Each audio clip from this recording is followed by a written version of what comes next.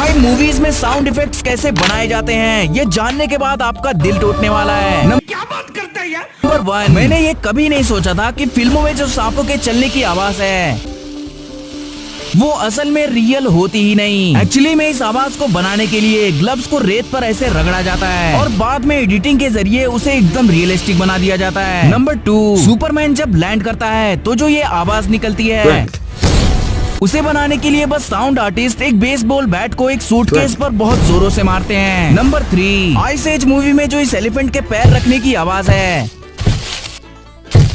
असल में इस आवाज को बनाने के लिए एक बड़े लकड़े को जमीन पर पटका जाता है। नंबर 4, अगर आपने आ क्वाइट प्लेस मूवी देखी है तो आपने इस मॉन्स्टर की आवाज जरूर सुनी होगी। ये असल में एक टेजर को अंगूर पर चटकाने की आवाज होती है जिसे बाद में एडिटिंग के जरिए स्लो करके बिल्कुल रियलिस्टिक बना दिया जाता है।